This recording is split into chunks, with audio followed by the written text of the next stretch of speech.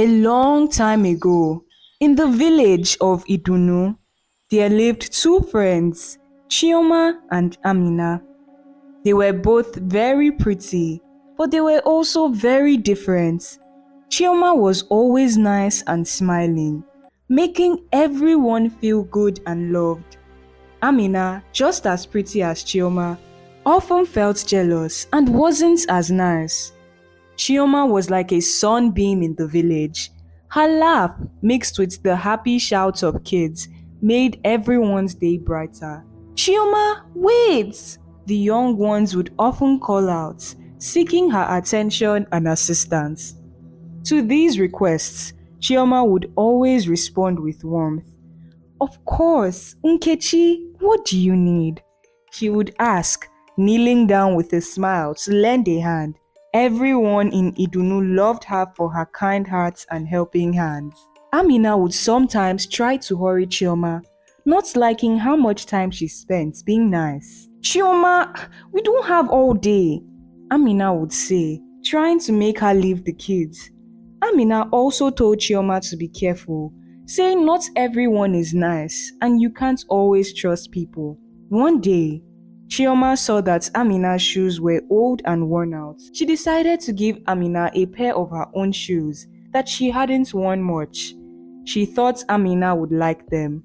Chioma wrapped the shoes nicely and went to Amina's house.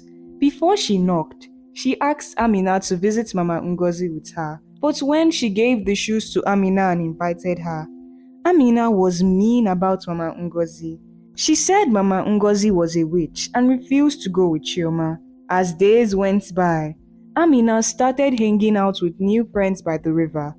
It was a fun place where many people liked to chat, gossip, and laugh. While Amina and her friends were by the river, someone asked about Chioma. Amina, we haven't seen Chioma much.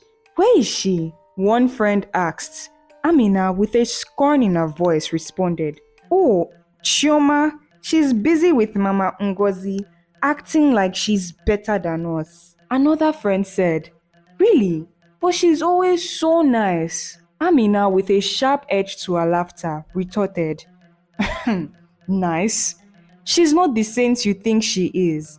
And began to tell Chioma's secrets to everyone who cared to listen. Chioma still went to Amina's house, even though Amina was trying to avoid her. Often, Amina wasn't home and her mom would say, She's at the river. But Chioma didn't stop visiting Amina. Then, Obina, Mama Ngozi's grandson, came to visit. He was a prince from another village. He saw how Chioma was to his grandma and he really liked her for it. One day, Chioma was going to the river to get water for Mama Ngozi and Obina asked to come along. Chioma, can I join you? I want to help, he said with a nice smile. Chioma, happy for the company, said yes. They talked and laughed a lot on their way to the river. At the river, Amina and her friends saw Obina and Chioma. Amina felt very jealous. She whispered to her friends, Look, that's the prince with Chioma. Why is he with her? Time passed and Obina really started to like Chioma. He found himself captivated, not just by her beauty, but more so by her compassion and warmth. Amina wanted Obina to notice her, so she tried to be around Chioma more, but Obina only had eyes for Chioma. Amina made a plan to get Obina's attention. She thought helping Mama Ngozi would make Obina like her. She went to Mama Ngozi's house with a fake smile and offered to help. But Mama Ngozi knew Chioma was the one who really cared and told Amina everything was already done. Amina was sad her plan didn't work. In the evening, Amina saw Obina leaving and asked him to walk her home because it was dark. But Obina said no because he had plans with Chioma. Amina went home alone, feeling sad and angry. Chioma and Obina's friendship grew into love. They were very happy together, and Amina's trying to get in the middle didn't work. Chioma noticed Amina's actions, but chose to be nice and did not say anything. As Chioma and Obina's wedding approached, and plans for Chioma to move to the palace were made, Amina, in a surprising turn, asked Chioma if she could accompany her to the new palace. Despite initial hesitation, Chioma agreed, thinking it would be nice to have a friend in a new palace. Obina was worried, but said okay because Chioma wanted it. In the palace, Amina was amazed by how breathtaking it was. While helping Chioma get ready for her new life, Amina felt jealous but also wished for a life like that for herself. Amina, feeling unhappy and envious in the palace, made a daring plan. Pretending she needed something for a bad headache, she asked the palace maids if she could find a herbalist in the village. That night, Obina, resting in his room, heard the door open. He thought it was Chioma and said hello warmly, but it was Amina, holding a pot of tea. "Oh, it's you. I thought it was my wife," Obina said. "It's me. Your wife told me to bring you this herbal tea. She said she will come to see you after she has had her bath." Obina, thinking the tea was from his wife and happy she was coming soon, happily drank the tea. While he did this, Amina stood, hiding near the door, smiling to herself. "Chioma, my love, is that you?" Obina asked, a smile spreading across his face. "You smell wonderful tonight." The figure didn't speak but continued to move closer to the bed, maintaining the illusion. The next morning, the palace was shaking by a scream. Chioma had rushed into Obina's chamber, only to find Amina lying in bed with her husband. Obina, equally shocked and confused, sat up immediately, struggling to understand what was happening. "Obina, what is this?" Chioma exclaimed, tears in her eyes. I don't know, Chioma. I thought it was you." Obina stammered, his voice filled with disbelief and regret.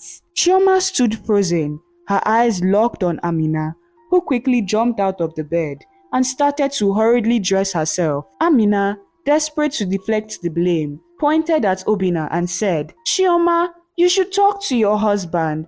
I'm just a woman who has been taken advantage of." With those words, she squeezed past Chioma, who was still blocking the doorway, her heart heavy with betrayal. As Amina made her way down the passage, the maids and other palace occupants were gathered outside, having been drawn by the commotion. Their faces registered shock and disbelief as they saw Amina emerging from Obina's chamber. Amina, though faced with the condemning eyes of everyone, continued to walk down the hallway without any sign of remorse. After she passed the crowd, a sly smile crept onto her face. She hurried to her room, a sense of triumph washing over her. In the palace chamber, Obina was desperately trying to talk to Chioma. "Please, Chioma, listen to me.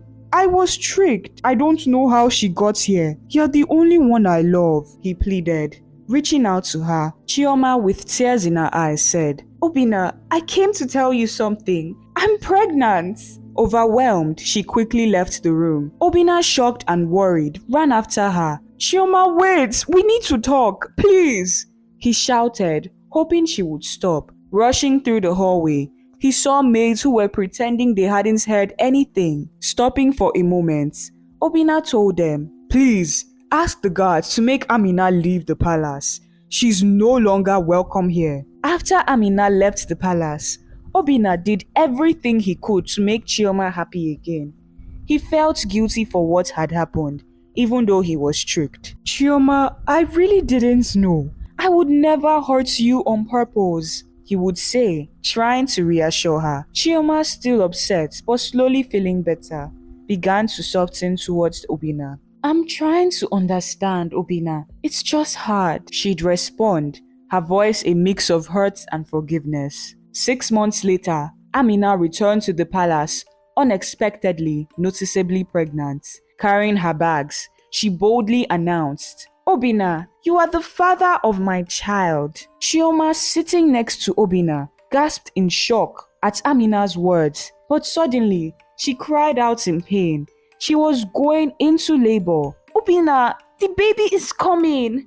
she screamed. Immediately, everyone in the room rushed to help Chioma, leaving Amina standing alone, surprised and ignored. "She's just doing this for attention," Amina thought, unable to understand that Chioma was genuinely in labor. Obina, concerned only for Chioma, didn't give a second glance to Amina. He helped Chioma to her feet, calling for the midwife. "Stay strong, my love. Our baby is coming," he told Chioma, his voice full of worry and excitement. Chioma and Obinna were very happy with their baby girl. Amina kept pretending to be sick to get Obinna's attention, but he didn't listen much. Sometimes, Chioma asked him to be nice to her because of the baby. In the palace, Amina often tried to belittle Chioma. One day, as Chioma was walking through the palace corridors with her baby, Amina approached, calling out loudly, "Make way! The mother of the future king is coming through!" One day, in the palace garden, Obinna overheard Amina taunting Chioma. Furious, he confronted her. "Amina, is a daughter not a child? Who gave you the right to mock my wife and daughter?" he demanded, his patience wearing thin. Amina, caught off guard by Obinna's anger, struggled to respond. Obinna continued, "Your time in this palace is coming to an end. I will not tolerate this behavior any longer." He turned to Chioma, taking her gently by the arm. "Let's leave this place," he said softly, guiding her away from Amina and the garden. 5 months later, Amina gave birth to a baby boy. Overjoyed, she couldn't stop sharing the news.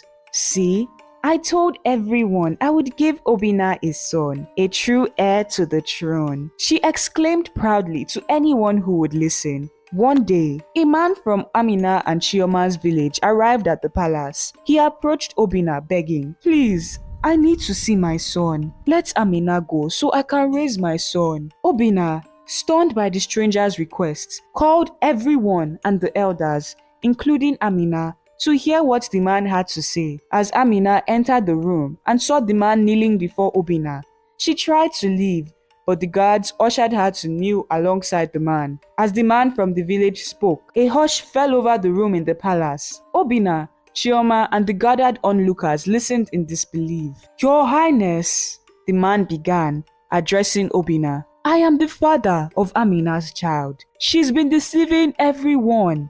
Whispers and gasps echoed around the room. Obinna's face hardened with shock and anger. Chioma, clutching her baby, looked from the man to Amina, her eyes wide with surprise. The man continued, "Amina planned to marry you. She used a drug from a herbalist to make you see her as Chioma, but it didn't work as she expected. She overdosed on the drink she gave you, and you fell asleep before you could touch her. You never touched her. Your Highness, she made everyone believe you did. She lied."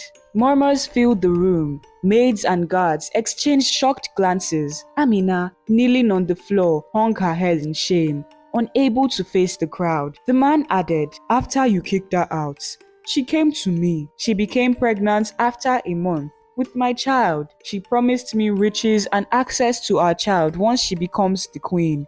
It's been 11 months since she left the palace, Your Highness." The maids started talking quietly amongst themselves. One whispered to another, "She left when the princess was 3 months pregnant.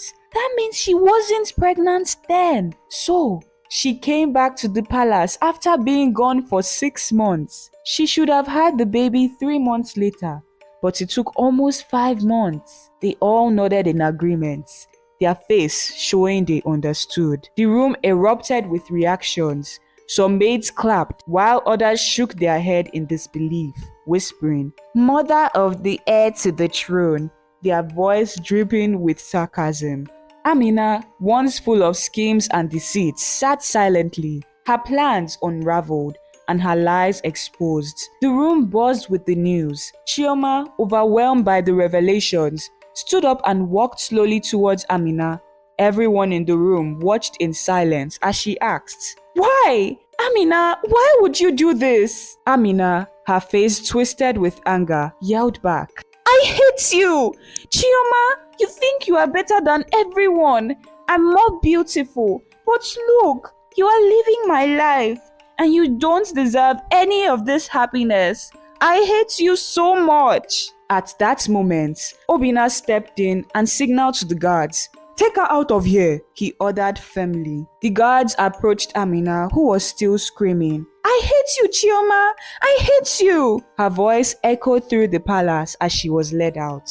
Her outburst, a stark contrast to Chioma's calm and dignified demeanor. The room remained in a tense silence, the echoes of Amina's angry words hanging in the air. 3 years after, Amina served time in the palace prison for drugging the prince. She returned to her village, but the news of her actions had spread far and wide. Her friends, who once spent time with her by the river, now turned their backs on her. As she walked through the village, people whispered and mocked her. The beauty she once took pride in had faded, leaving her a shadow of her former self. The consequences of her choices had caught up with her, changing her life drastically and isolating her from the village she once knew. Meanwhile, in the palace, they were celebrating the birth of their second child, a baby boy, an heir to the throne. After listening to the story, what is the most important lesson you've learned from it?